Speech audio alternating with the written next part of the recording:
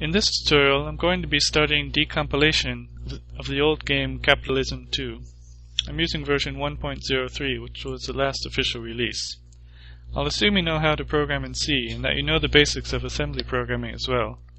I'll note that I'm not an expert, just a curious amateur, and if you have any tips on things I could do more easily, I'd like to hear them.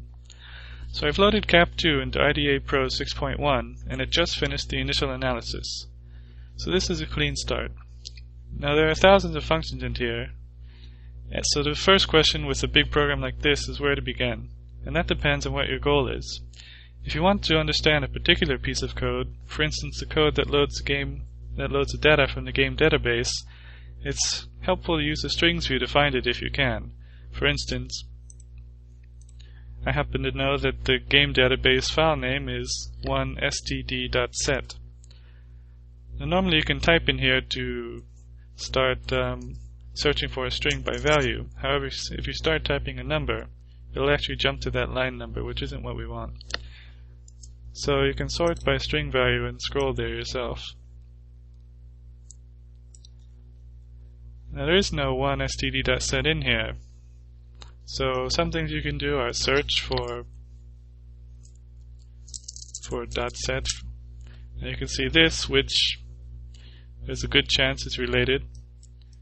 If you want to check the code, you can double click on it and then press X here to find the places where this memory address is referenced.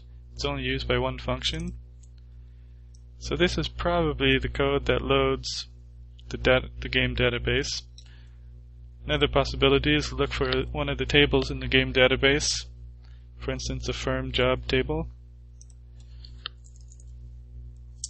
And this is almost certainly the code which loads the firm jobs out of the database. On the other hand, if you just want to understand a program generally, it's usually best to start in the main function, or in this case, winMain. The reason is that the main function usually has a predictable structure. It initializes with all the important data structures, runs the main program code, and everything is reachable from there. This isn't where the program actually starts executing, though. The program actually starts executing at the entry point, which you can find here, jump to entry point. Now this is somewhere in the standard library, standard C library in this case. And usually this just does some setup, allocates the initial heap, and stuff like that. Eventually it's going to call winMain, somewhere in here I guess. So we really don't need to look in the initial entry point, unless you're debugging a program which you think might be doing something tricky before it gets to the main function. For instance, if it was written in assembly and has some code to protect itself from decompilation, from disassembly, then it might be important to actually start understanding the program from the entry point. But in this case, it doesn't try to protect itself, so starting from winMain is fine. This is the beginning of all the user code. Now you can do the analysis in the disassembly view. For parts of programs that were written in assembly or that are trying to protect themselves from disassembly, this may be necessary. But it's much faster to use the hex phrase decompiler if you can, although it's not as flexible as the disassembly view. I'll note that the disassembly view defaults to a graph view that's broken up by basic blocks, but it can be changed to a linear text view if you prefer. Anyway, to begin the decompilation, just place the cursor into somewhere in the function and press F5. Now with a function of this size, it's often best to just scroll through it to get an overview before focusing on any one part. It's not easy to understand what's going on immediately because there aren't any good names, data structures are unknown.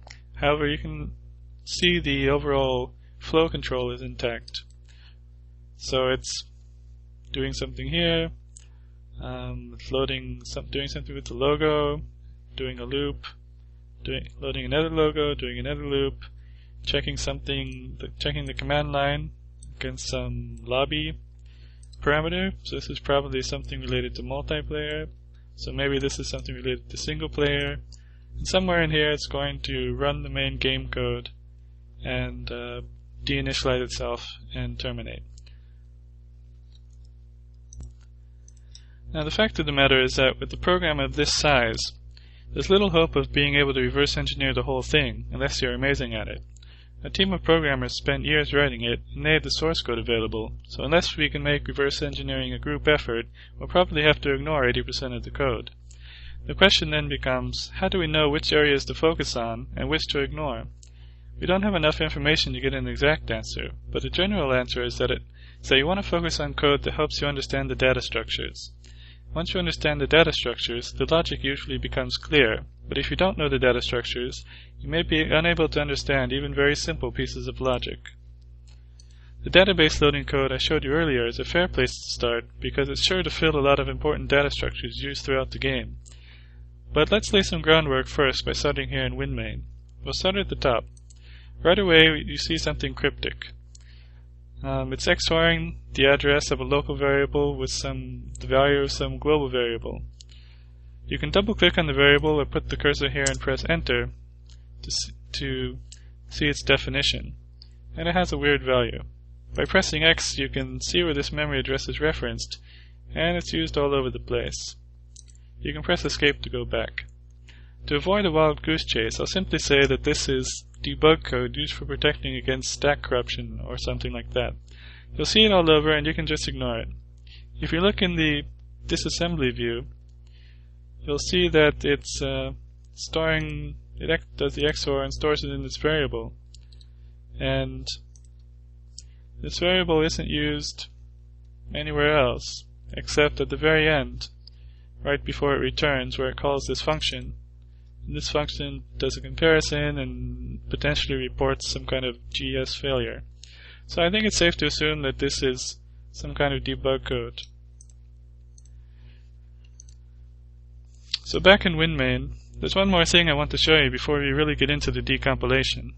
The decompiled code is frequently wrong when it comes to the arguments of functions that haven't been decompiled yet. For instance, if you look, this appears to take a parameter, whereas if you look at it in the decompiled view, I just double clicked on it there, it doesn't take a parameter. When you go back, it's gone. Similarly, this apparently takes one parameter, but when you go in there you see it takes two, and when you come back there's a second parameter. So you can't really trust the decompiled code unless you've also stepped into all the functions that it calls. Next we'll figure out our first data structure, and a very important one at that.